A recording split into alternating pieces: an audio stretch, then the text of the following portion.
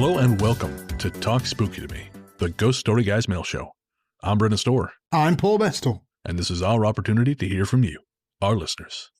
Paul, my friend, how are you doing? I'm doing very well. Summer has arrived, so I've been spending time in and out as often as I can. It's all good, and long may it continue, my friend, thankfully.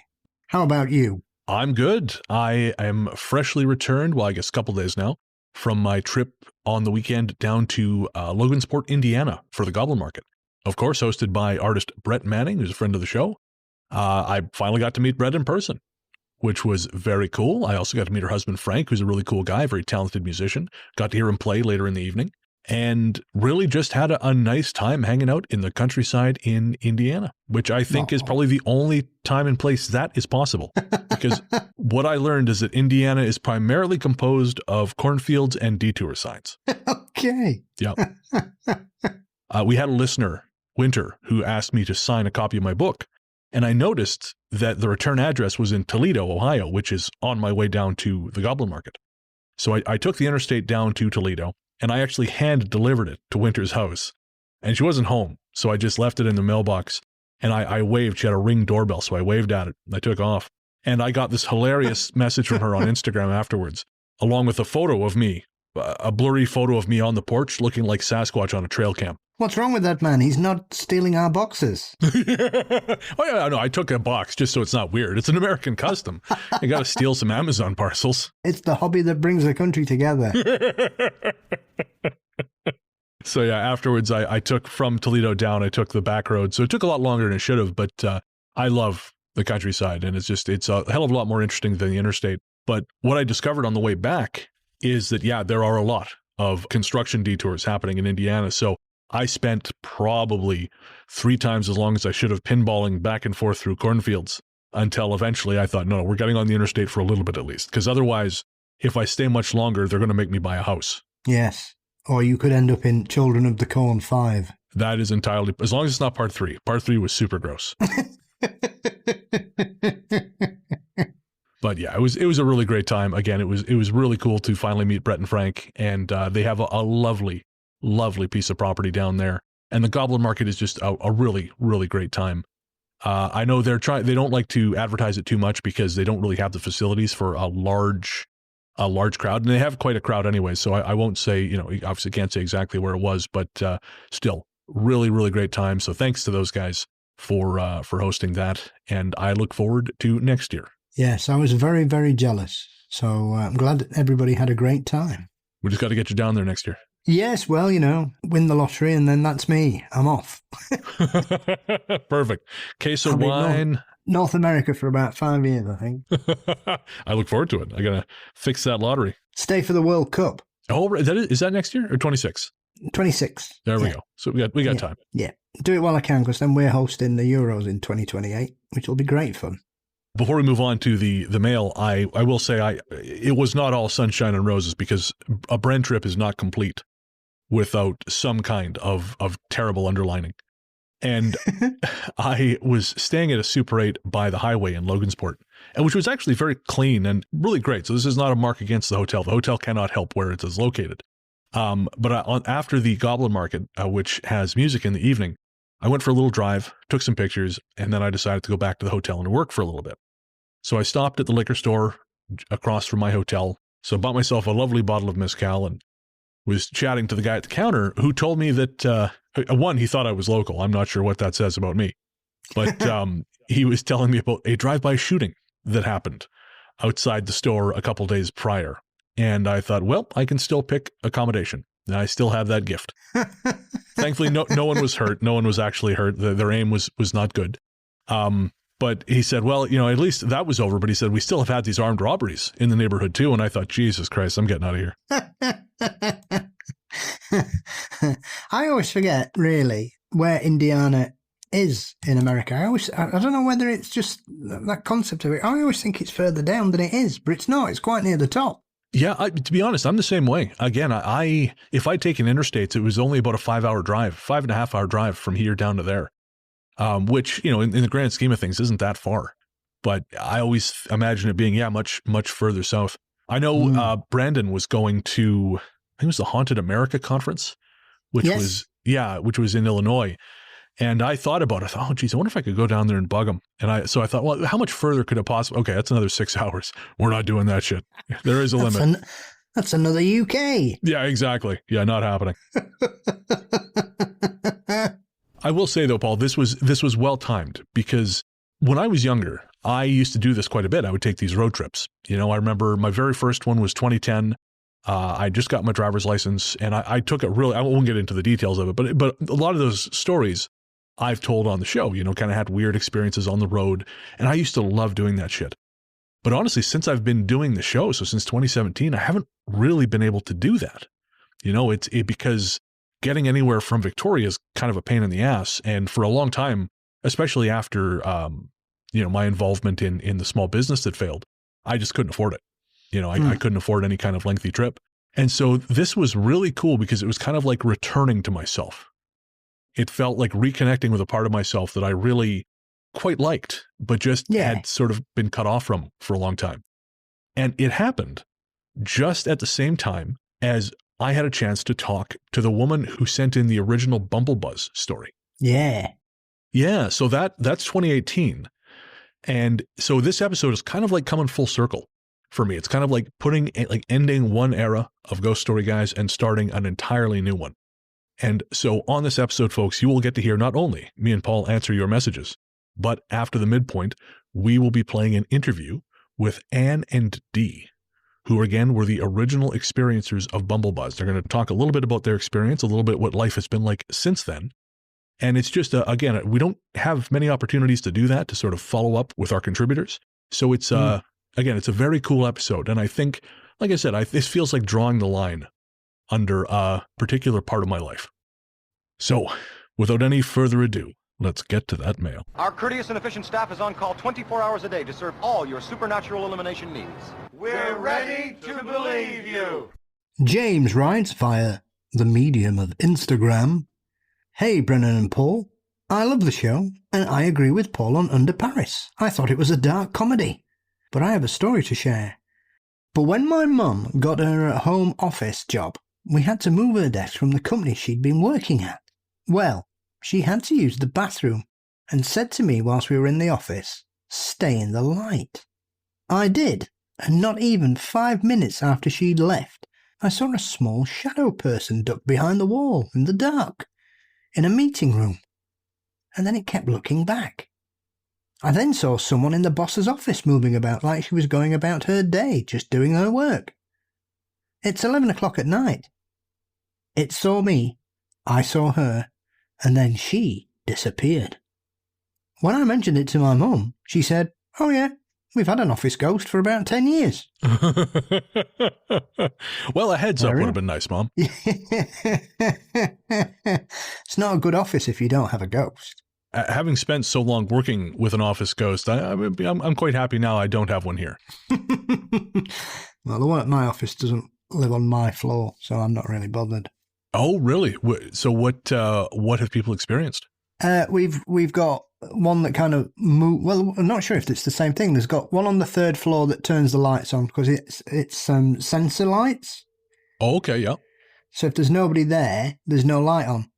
Right. Which is weird because sometimes you'll get the lift. Obviously, we don't have to go up to the top floor anymore. They've moved the office around, so we've moved down to the 2nd. But sometimes you would get the lift up, and it would stop on the 3rd floor, but it had all been in darkness. And you'd be like, hang on a minute, well, why am I stopping here? Because the only way you can stop here is if either I press the floor or somebody on the floor presses the bell. Oh. And so the doors would open and there'd be nobody there. The toilet doors would open and close by themselves. They'd lock, especially in the ladies' toilets on the 3rd floor. The one on the 4th floor is a overpowering smell of pipe tobacco. Oh, interesting. And that's only in a specific corner of the office. And pipe tobacco is such a unique smell. Absolutely. And it's a no smoking office. It's on the 4th floor. I can't remember the last time I saw somebody smoking a tobacco pipe anyway. Okay, fair. I've seen a few pipes, but not with tobacco in. Oh, that's cool. No, I'm trying to think the last time I saw someone smoking a pipe. I feel like maybe I've seen hipsters do it on Instagram, but That's probably about as close as I've gotten. Yeah. One of my friends at school had one. Like high school or college? High school. I think he probably did it so people didn't bum a cigarette off him. That makes sense. You're not going to go, let's have a suck of your pipe, mate.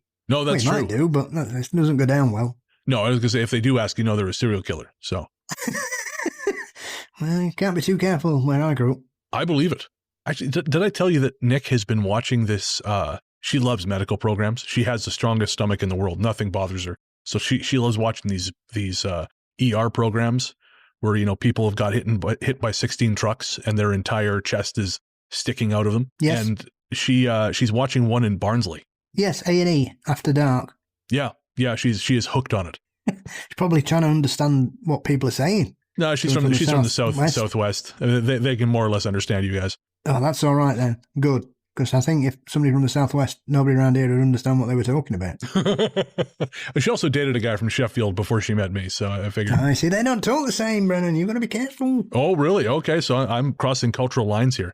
Yeah, I'm bilingual. I can make myself understood in both Sheffield and Barnsley. And it's quite funny because people in Barnsley consider me what's called a Deedar, which is what they call people from Sheffield. Because they say, da doing, Dee? Da doing all right? I'm doing right. Whereas in Barnsley, say, da doing? Da doing all right? So they call each other disparaging names. So you have to be able to converse slightly differently, but in the same accent. Well, see, this raises an interesting point, a controversial point, Paul, because we just had a comment on YouTube calling you out, you and your fake English accent. This comes from Lee. Lee says, Paul, I'm just curious, mate, as to why you are changing your accent by elongating your A vowels. It sounds bizarre. You even pronounced William Peter Blatty's name as Blarty recently. Please don't think I'm having a go at you, bro. I really enjoy listening to you guys. So Lee is on to your shit, Bestel. God damn, I've been caught out.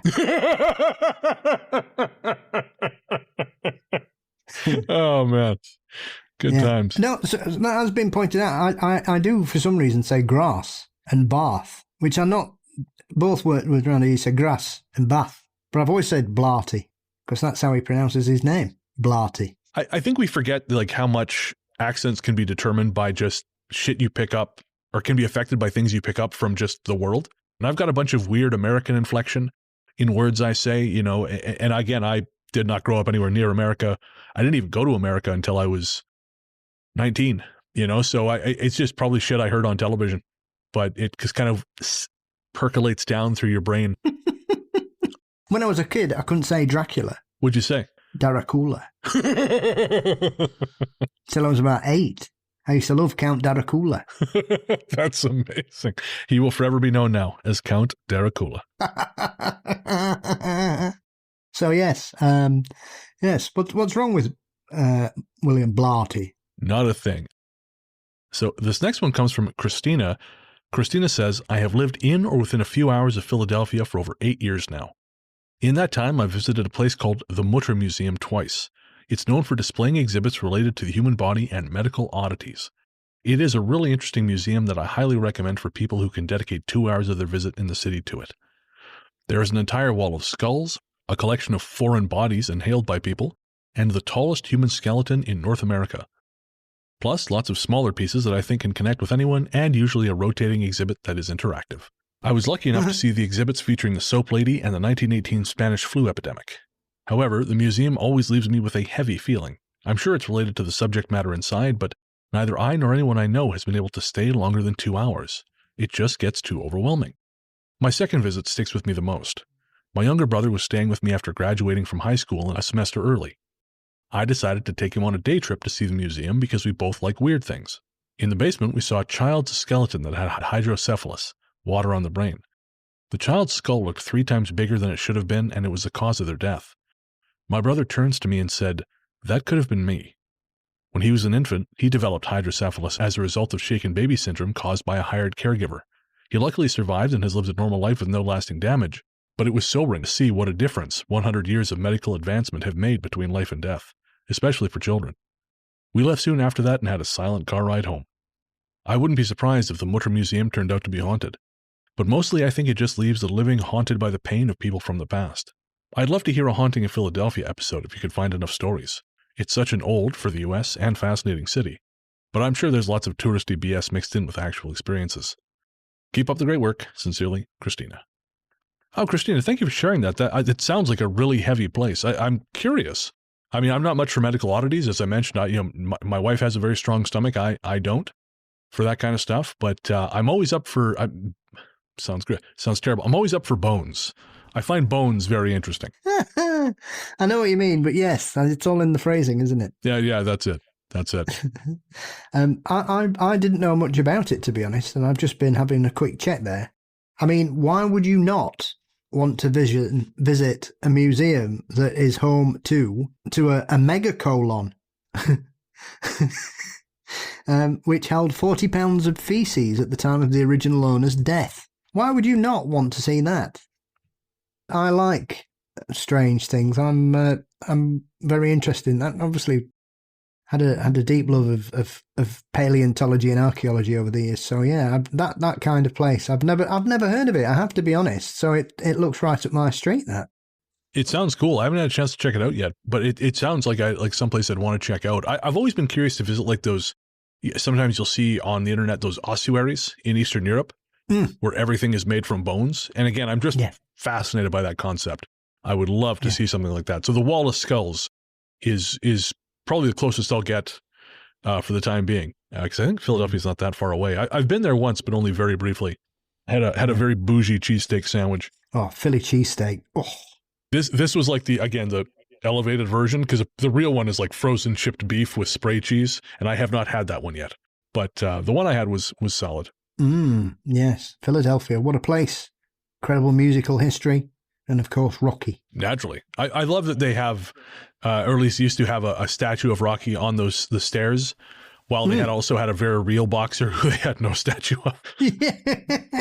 Yeah. It was quite funny because my mum's just been to Salem, so she's just sent me a because I asked her to take a picture of the Elizabeth Montgomery statue they've got in Salem now. Oh, cool. And it's fab. It's really nice. It's her sitting on a broomstick inside a moon.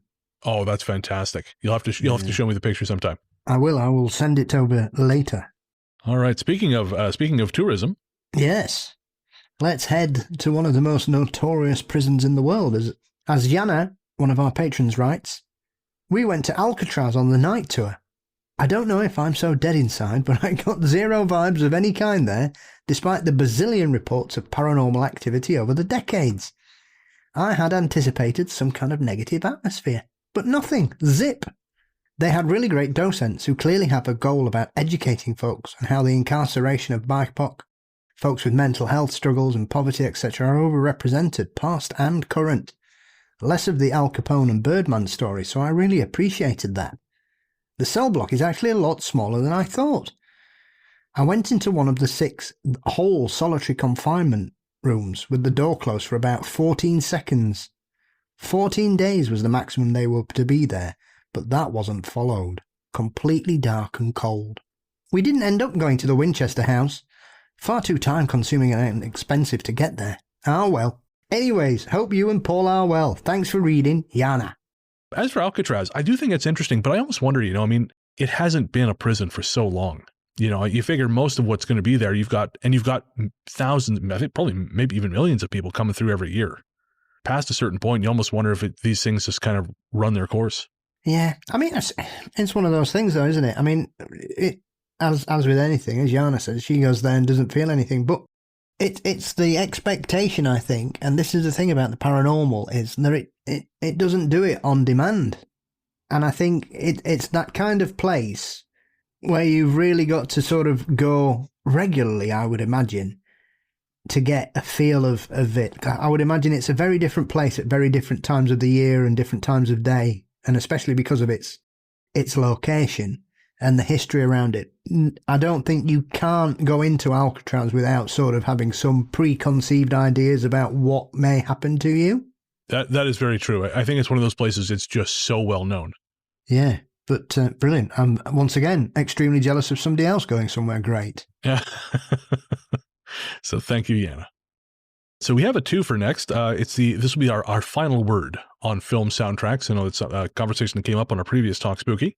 Our patrons Carrie and Kelly both had some thoughts. So Carrie says, I've been catching up on episodes after spending a few weeks in Zambia with my wife and daughter, the Braveheart soundtrack is an all-time favorite of mine. Fuck Mel Gibson, but the soundtrack is awesome. Kelly says, I know this episode is a few weeks old, but I'm playing catch-up. I have to say Disney's Hercules has one of the best soundtracks for a film, as well as being a very underrated film. It's my second favorite Disney film.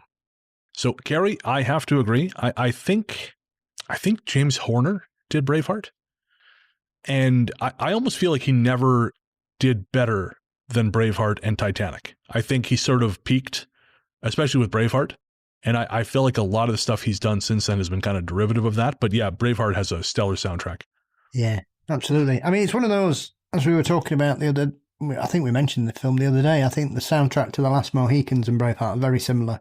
They're very stirring and passionate and powerful and beautiful pieces of work, and kind of encapsulate everything about that film and what it's trying to convey to us. They're beautiful soundtracks. So yeah, excellent. And Kelly, I haven't seen Hercules in years. I actually don't remember much about it, other than it being the last good thing James Woods did before he went insane. I remember when he started following me on Twitter years ago. It was a bit weird. Oh man, you have my sympathies. Yeah, I didn't realise how far down the rabbit hole he'd fallen. Yeah. I remember when I went to see White House Down in 2012, which I really like. I think White House Down is great, way better than Olympus Has Fallen. But he played a villain in it. I was like, oh shit, James Woods. I haven't seen this guy in anything for ages. I wonder why.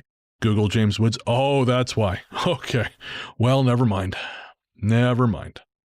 And Kelly, when I read this out loud, I thought for some reason my brain swapped out Hercules for Tarzan, and I was all about to wax philosophical about how great the song "You'll Be in My Heart" is. So I don't know what happened there. But folks, if you haven't heard Phil Collins sing "You'll Be in My Heart," you're missing out. The king. Truth. Ben writes, "Hey, Brennan Paul. Long-time listener here. Hearing Luke talk about his hometown on Luke Law finally convinced me to share my own story. Before this, my only correspondence has been Clamato-related. I used to live in Ormskirk, Lancashire, a town in which Derek Acora, bless Derek Acora once called the most haunted town in England. Take this information with as big a pinch of salt as deemed necessary. It's a very big pinch, Ben. In my second year of university, I moved into a seemingly nice house off campus. It was newly renovated with spacious rooms and a great location. The landlord wasn't the nicest, and the house started to fall apart after the first month of living there, but that's to be expected with student houses. It certainly is, Ben. Initially, everything was fine, but soon strange things started to happen. One night around 4 a.m, I was up late watching TV. As I was about to go to bed, I heard two men talking outside my door. Their voices were unfamiliar and unsettling. I lay in bed for 10 minutes trying to place the voices, but came up blank. The conversation continued, though, calm and indistinct. My curiosity got the better of me, so I opened the door and found no one there. The voices stopped abruptly, leaving an eerie silence. I lived with 4 girls and 1 other guy, whose room was on the ground floor. None of their male friends had been over that evening, and they weren't having a night drinking, so they wouldn't have been making noise at that time. My room was at the end of a long corridor, isolated and above the kitchen. Strange place for a conversation. The house was at the end of a terrace, and our elderly neighbour's house didn't extend as far back as ours. Furthermore, I was the resident night owl of the house and was normally up later than all of my housemates unless they were having a night out. Another unnerving event happened during the Christmas break. Most of my flatmates had gone home for the season, but I stayed behind later than most of them. One night, my housemate Shauna and I were downstairs watching Educating Yorkshire, when I heard something slowly rolling down the landing, above us. The sound seemed to go on forever, followed by deliberate footsteps descending the stairs.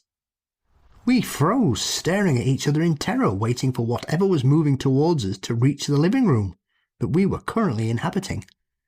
Eventually, I mustered the courage to investigate, but once again found nothing. The house was empty aside from us. After Christmas break, the events of that night were still fresh in both mine and Shauna's heads. We'd asked our flatmates if anything in their room had been moved or fallen off a surface whilst they'd been on break, but apparently nothing seemed out of place. However, we learned that our other housemates had experienced strange noises too, like the footsteps on the staircases and something rolling around outside their bedroom doors. One friend who didn't actually live at the house even saw a shape run from the back gate towards the kitchen window and then vanish. Everyone was relieved to move out. Despite its nice appearance, the house had a serious damp problem and leaked during heavy rain, which, if you know anything about the northwest of England, heavy rain is the region's signature weather event.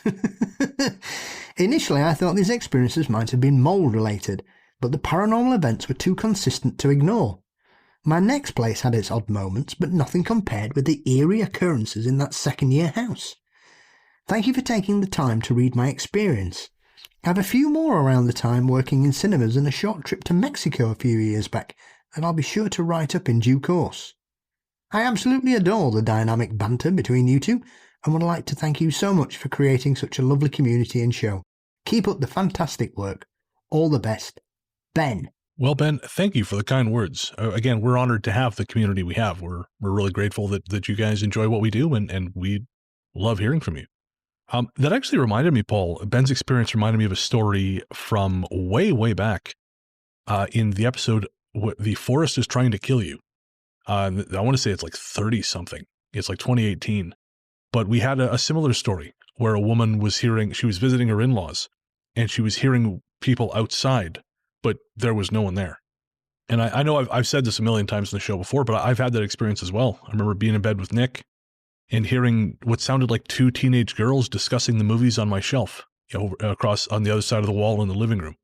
I mean, it's one of those things that I don't think we talk about there. Ben raises a very interesting aspect of strange houses, because I'm not sure what it's like in the US. I know a lot of people live off campus when they go to the college and such like. But here in the UK, the general consensus is a lot of people try to live in resident halls the first year, and then they meet people, and then they all move out and get shared houses all over. I mean, there are certain parts of Sheffield which are essentially near enough all student housing. And you just think that, you think of all the years, how many people, obviously, as Ben was saying there, how long ago that was. There's 6 people living in that house, and they stayed in it for a year. So there were 6 people who must have lived in it before, and there must have been 6 people who lived in it afterwards. And you just think, how many people, how much emotion and living in a particular space do these houses have? And because people don't stay in them too long, how many strange, haunted student homes are we unaware of because people just kind of move on? It's hard to have consistent experiences when no one stays for more than a few months at a time. And he does mention as well the mold thing. This is one of those things that people often bring up as an explanation as to why people see ghosts and things. If you have a mold infestation in your home that is causing you to hallucinate, you do not just hallucinate, you will be near enough bedridden, because the hallucinations are towards the latter part of the bacterial infection that will have made itself at home inside your lungs due to this. And so you will suffer from chronic fatigue, migraines, constant pain, loss of appetite, all kinds of things, as well as hallucinations. So whenever you hear a skeptic say, well, it must be down to black mould, they're completely ignoring all the other effects of that. So when somebody says, well, I lived in this house, oh, well, there's black mould here, and I keep seeing ghosts, and people say, oh, well, it's the black mould that's making you hallucinate. No, it's not. I know someone who volunteered for an organization that was headquartered in the Victoria, and they had to leave because it was discovered that the walls in their part of the building were riven with black mold. But not one of them ever talked about seeing ghosts. And those poor bastards had been working there for a long time. It took a while to remediate that space. And like I say, not a single one of them ever talked about seeing Casper or Beetlejuice. They were just, boy, we feel like shit all the time. Exactly. You feel crap. It makes you feel really, really, really ill. Yeah. And hallucinations, it's one of those things. It's like marijuana, like alcohol, mold. The hallucinations are at the finite point of that experience before you start seeing things at that level. So, next they'll be saying bears can pick things up and throw them. when they're trying to sort of explain away certain things, weren't they? Give it time. Give it time. Yeah, All right, don't, so don't we you have start picking on your friend again. Danny, he knows what he did. Actually, I see that Morgan Knudsen was on an episode of Uncanny. Yes. Yeah, yes, that's she very was. cool. Absolutely. It was lovely. I know it was a bit of a secret and she didn't want to say anything until it was launched, was it? So she's obviously done it fairly recently. So yeah, it's been good. Lyle Blackburn was on the other week. They've joined with the enemy. Kidding, of course, guys. I really like Danny Robbins' work. I'm just being a dick. Or am I, Danny? Fight me. Wait, I think you've got more chance of fighting Danny than Evelyn. I think Evelyn would kick your ass, mate. Yeah, the only way I can fight anyone, Paul, is if I get the drop on them, and by that I mean they're asleep and I have a bat. Yeah. Don't start a fight with an intellectual woman from Edinburgh, mate. I wouldn't start a fight with anybody from Edinburgh. I know better. I've seen Train Spotting. Yeah, exactly. And I haven't been in a fight since I was like 10, so, let's maybe 12. Maybe 12. Long time. What I learned, Paul, is I don't like getting hit in the face. All right, so we have one more email, and then we're going to cut to our interview with Anna and Dee, of course, the original Bumblebuzz experiencers. And our last message comes from our patron, Athanasia. And this one's for Paul. I'm sure Paul is familiar with him, but okay, so this is actually asking me, I misread that. I'm sure Paul is familiar with him, but Bren, thoughts on Dr. Greer and his CE5 protocol? I've never been one to buy into UFO theories or conspiracies, but I find his work to be incredibly compelling, especially in regards to his lost century info. So we don't have a legal team, so I don't know exactly how much I can say. I know I can say that I want to fight Danny Robbins because I don't actually want to fight Danny Robbins, and Danny Robbins doesn't give a shit about us. However, certain other people are, not mentioning any names, I think are bullshit hucksters. Every word out of their mouths is a lie. Every piece of evidence is a fabrication. Just in general, I'm not referring to any one person. I wouldn't trust these people, these hypothetical people I'm referring to, as far as I could sling a piano. The only enjoyment I ever get from these hypothetical people is watching them cry. They cry almost as much as Jordan Peterson, I'm given to understand. Yeah. So, though I don't know who you're referring to, Athanasia, I certainly am not familiar with the work of this Dr. Greer. If I were to be asked my opinion about a similar figure I've just made up in my head who bears, we'll call him Dr. Jeevan Breer. I do not buy a single solitary thing they have produced. Paul, what are your thoughts? I have no comment to make on Dr. Stephen Greer. Okay. Yeah, there we go. Me either. I don't know the man. I just know Dr. Breven Gier, or whatever the fuck I said his name was. I don't know much about the UFO world, Paul, but I know that. With that, we're going to bring the email portion of the program to a close. Thank you to everyone who wrote in. We had more, but we ran out of time because obviously we want to be able to fit in our interview with Anna and Dee. If you want to get in touch, send us a message, ghoststoryguys@gmail.com. You can also fill out the form on our website at ghoststoryguys.com. We're going to take a quick break, and then we'll be back with our follow-up on the Bumblebuzz story. Before we do that, though, folks, I just want to say you're going to hear an interview with Anna and Dee. These are not their real names. At several points during the interview, Anna accidentally refers to Dee by his real name, so you'll hear bleeps when that happens. There's also a lot of background noise, just unavoidable. So there's some dogs barking. There's a completely baffling sort of tinkling sound that wasn't in the room at the time. I have no idea what was going on. But yes, so like I said, we're going to take a quick ad break, and then we'll be right back.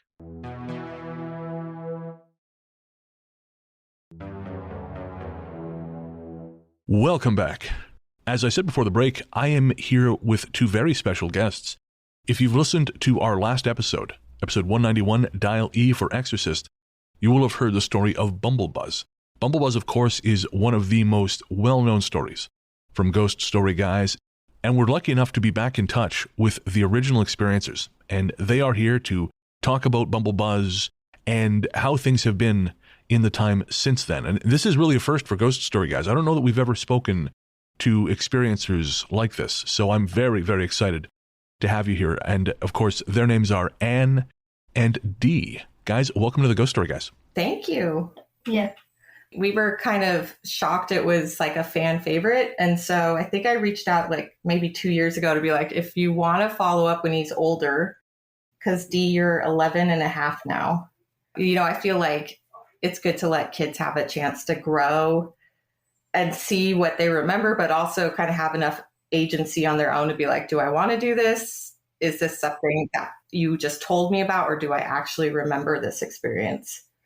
I played him the episode because he asked to hear it this week.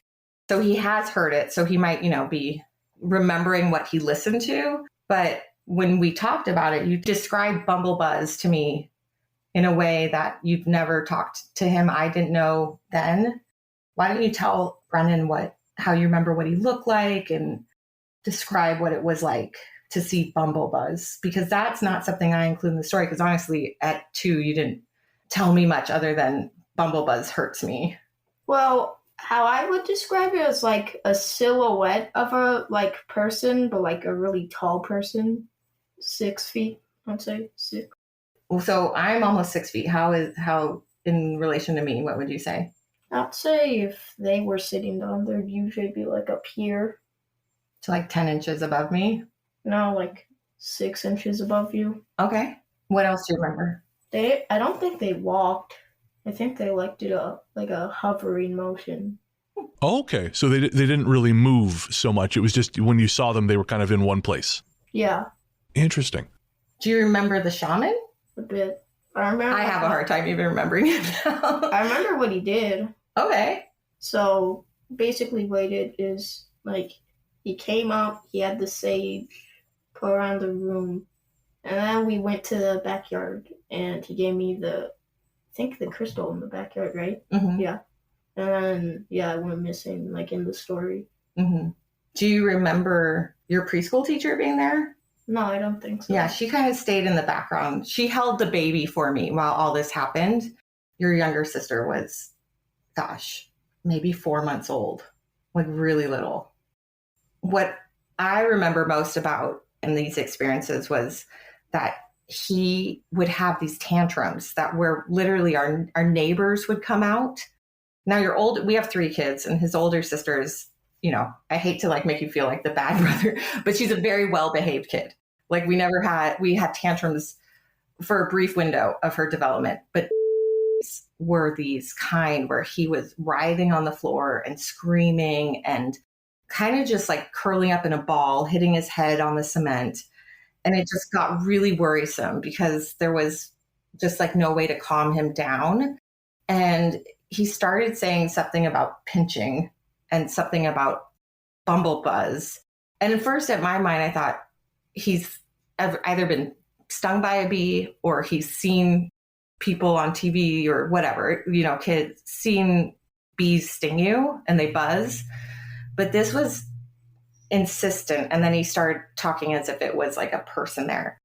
And the other thing I really remember was just constantly saying there was people in his room. And it was a variety of different people.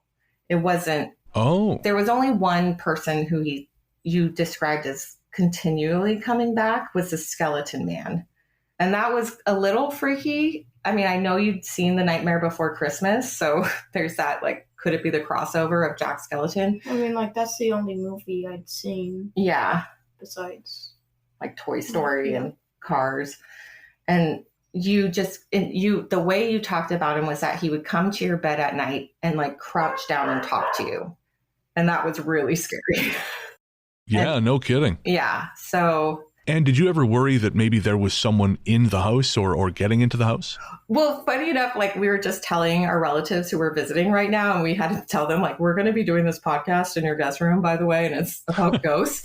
And I was telling the story of how when those binkies appeared and the crystal appeared, and then I don't think you included it in the original podcast, or maybe you did, when his satchel came back.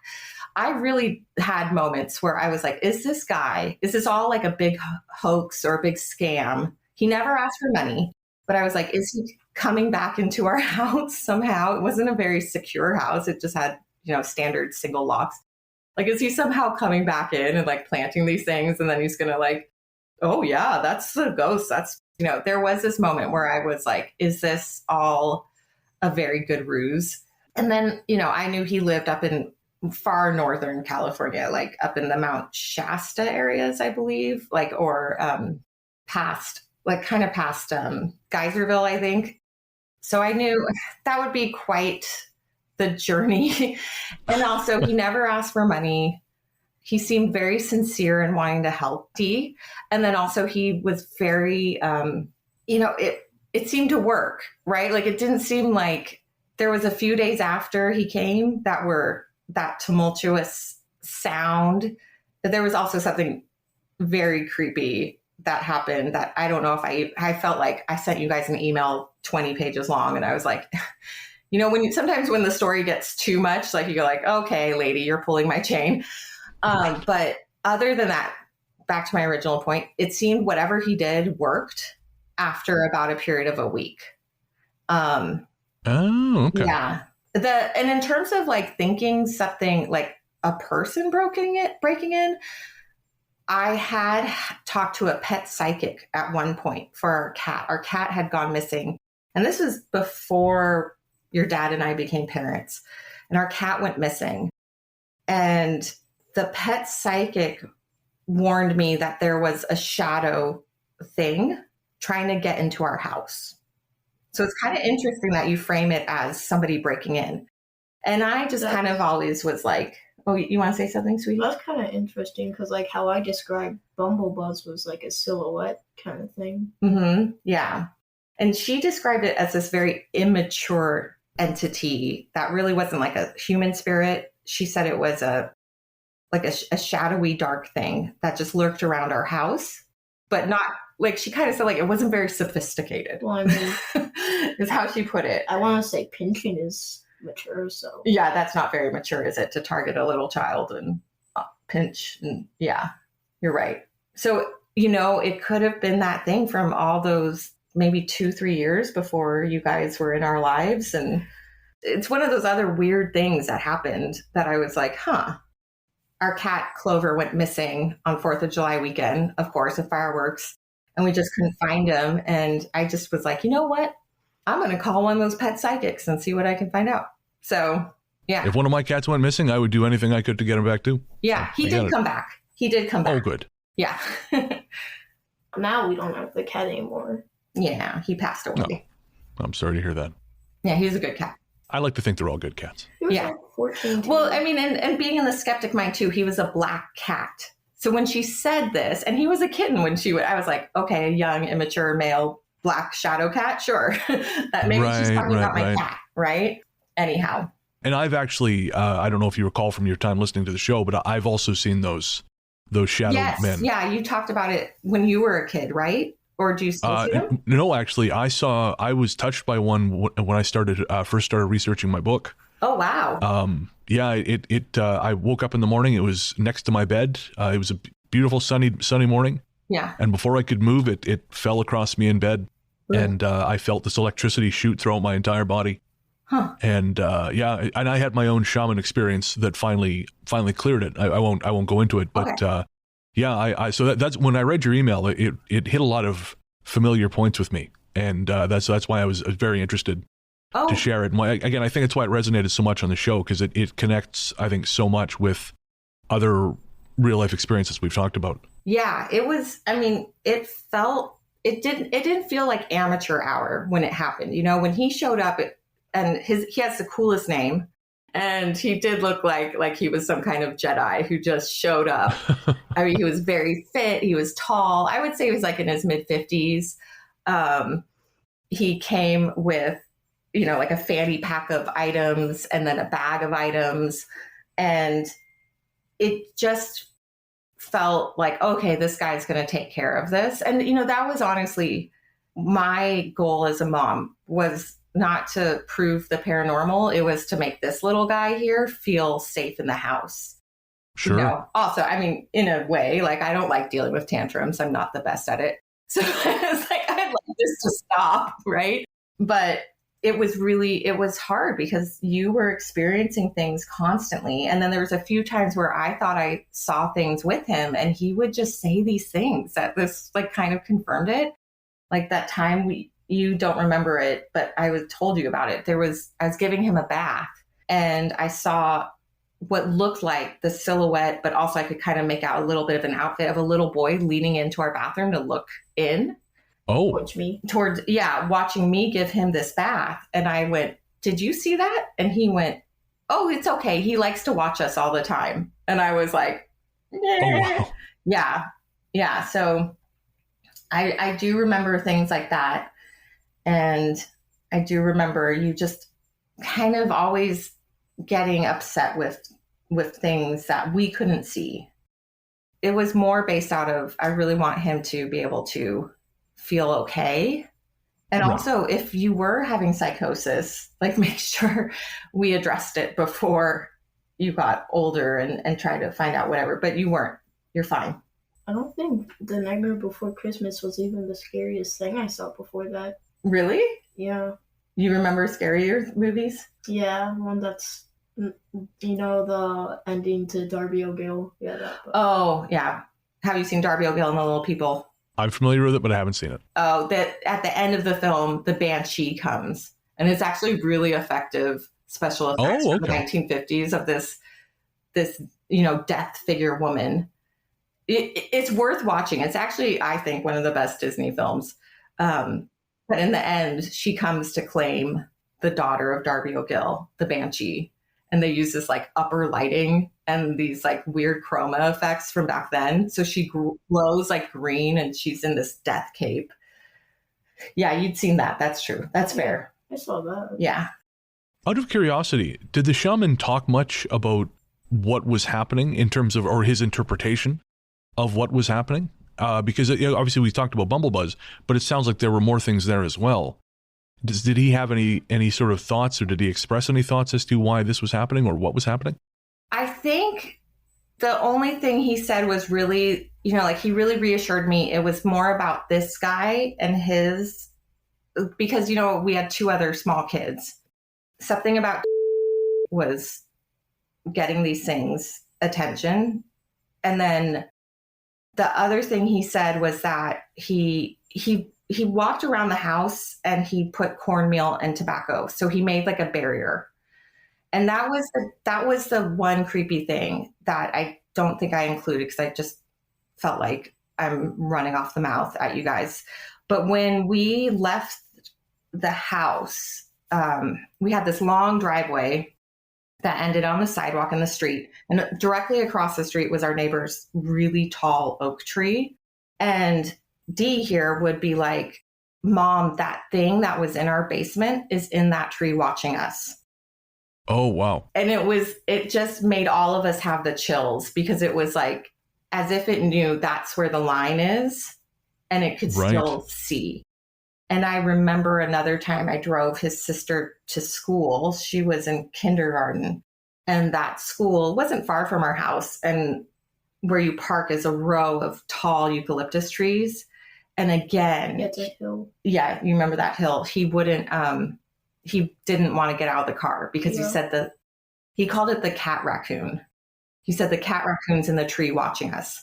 And you guys thought there was a cat raccoon downstairs. Right. That whole part of the exorcism, if you will, was that really creepy moment. And I was just telling my relatives about it, how the neighbors who came over, I didn't tell them it was that there could be a like demon shadow entity that I also need them to deal with because I didn't want to sound crazy. So they were really under the belief it was a raccoon or a cat. So when they started being like, what is that thing? I mean, I was like, I want to get out of here, but oh my God, I've put my neighbors in a dangerous situation possibly.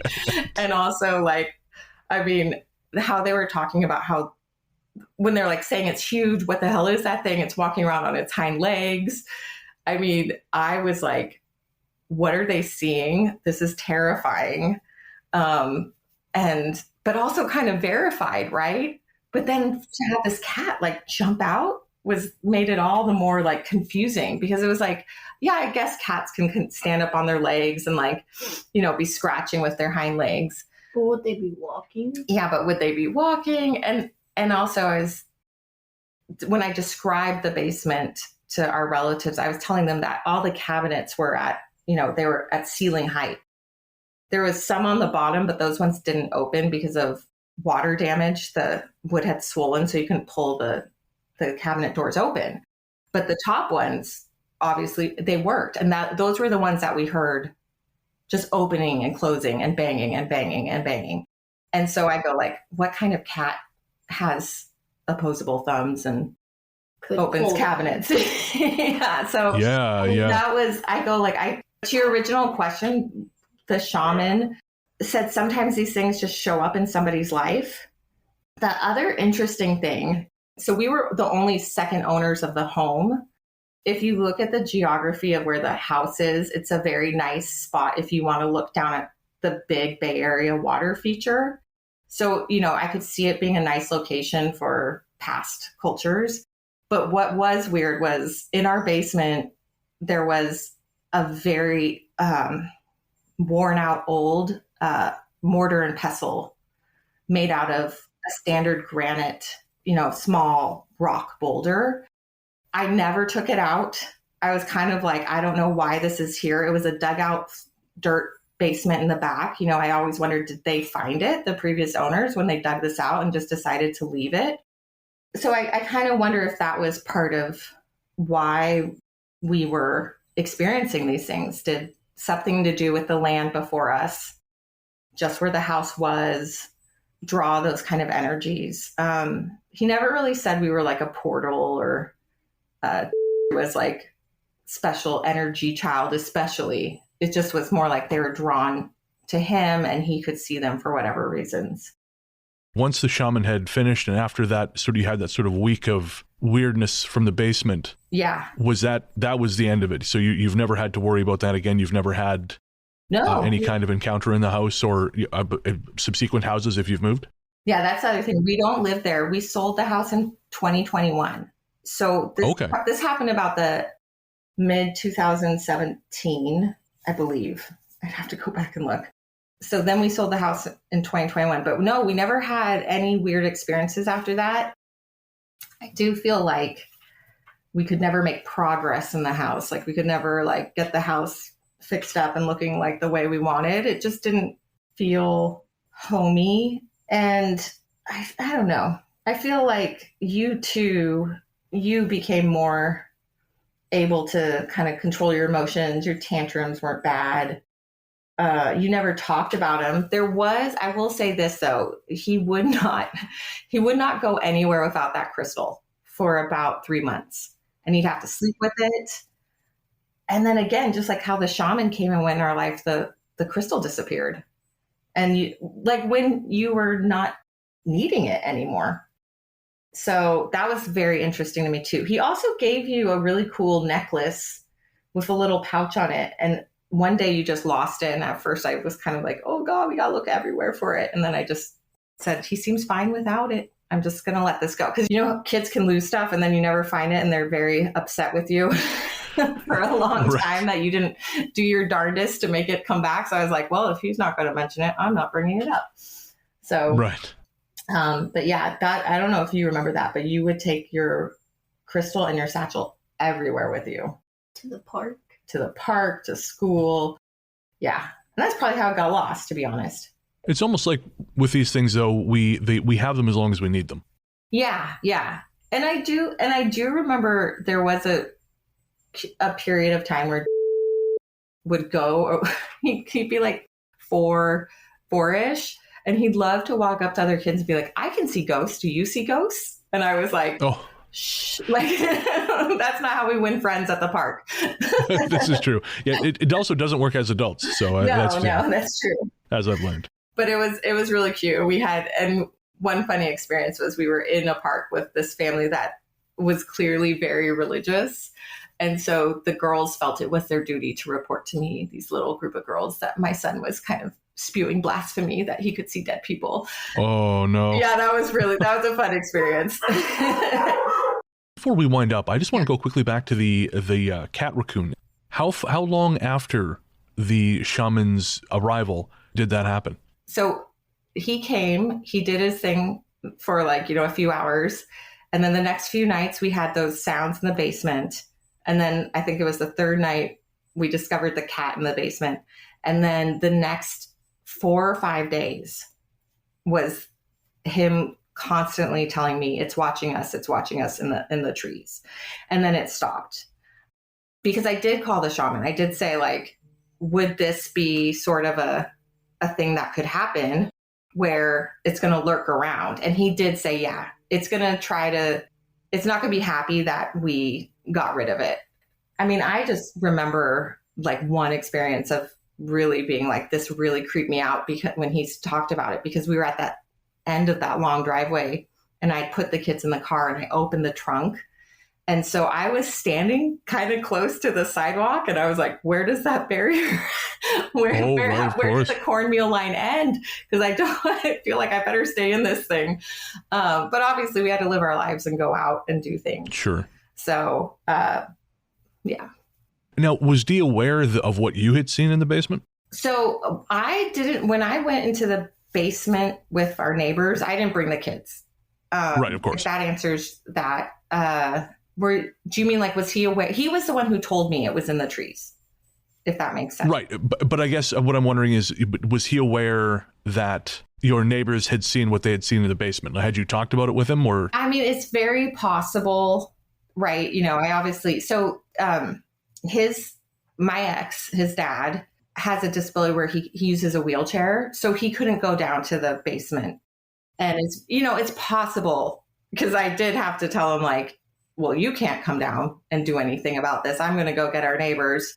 That heard me relay to his dad, this crazy thing happened downstairs and this is what they said. Right. That's very possible. Okay. Totally possible. Kids, I always say kids are drunk parrots. You don't know what they hear and you don't know when they're going to repeat it. So be careful what you say around them. And I mean, I think I tried to be mindful of like not wanting to put any more fear in our kids. My guess would be, based on knowing myself, I was careful not to say it in front of them, but anything's possible, right? And they were woken up by the sounds for sure in the middle of the night. I do remember that. And I had the kids slept in my bed those 2 nights. And that was one of the other things that made it kind of all the more memorable, is being like, how do I call out to my husband down the hall? And then luckily he did first. He went, do you hear that? And I was like, oh my God, yes. And I'm too scared to move. Right.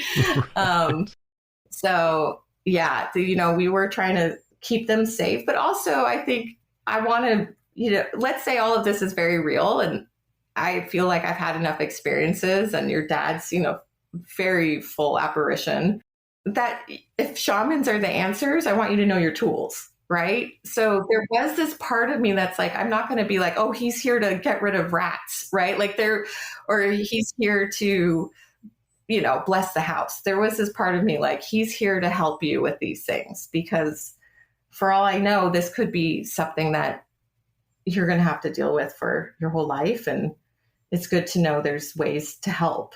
You know what I think is a interesting thing? Mm-hmm. When they said that, what they saw was the neighbors, when they said they saw something standing on their hind legs, mm-hmm.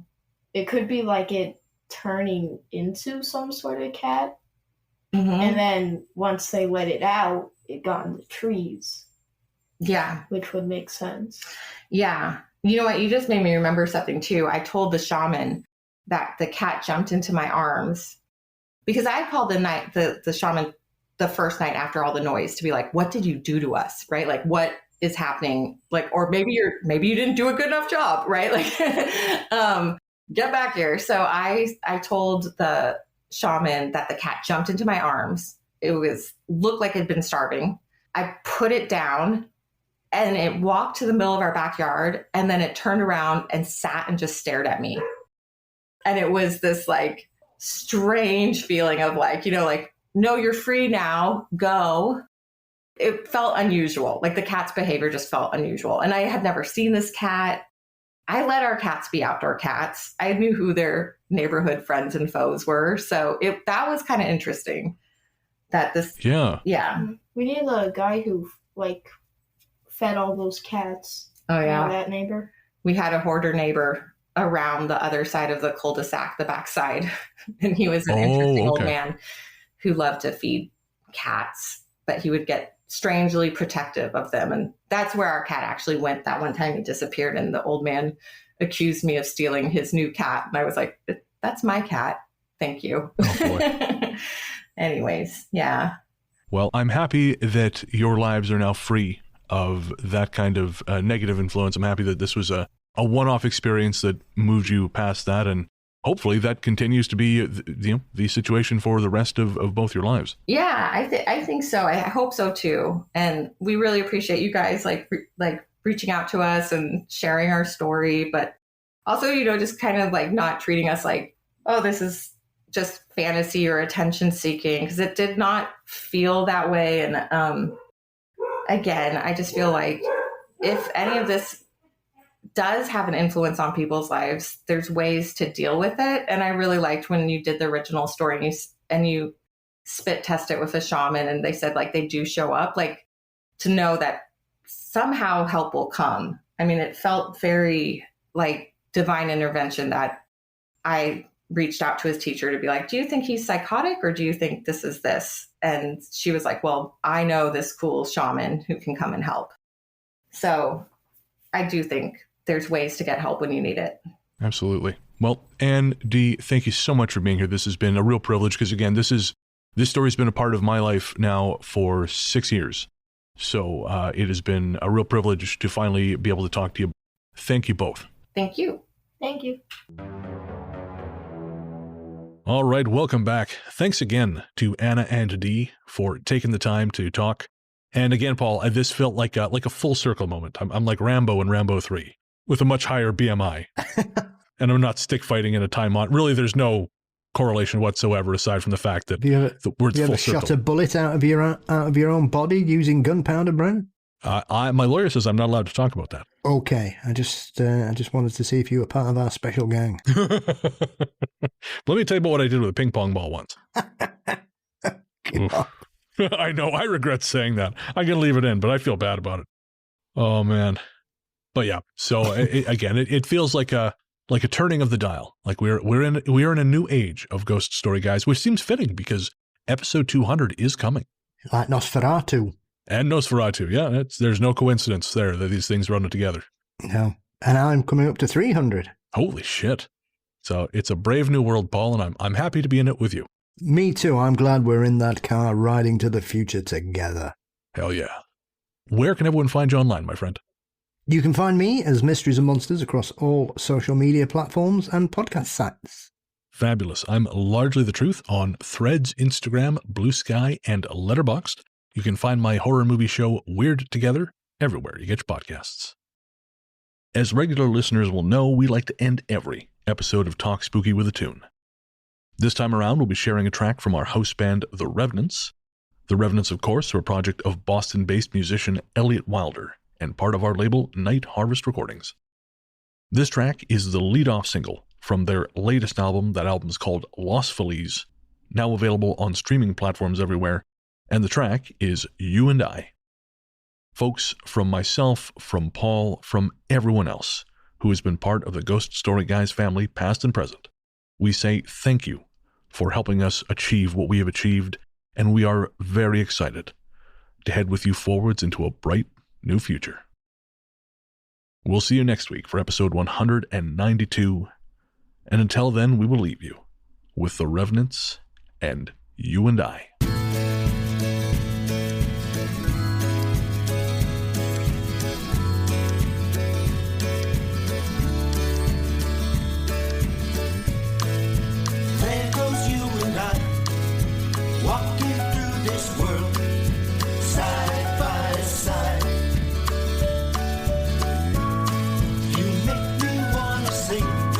Everywhere and everything, olive and Popeye.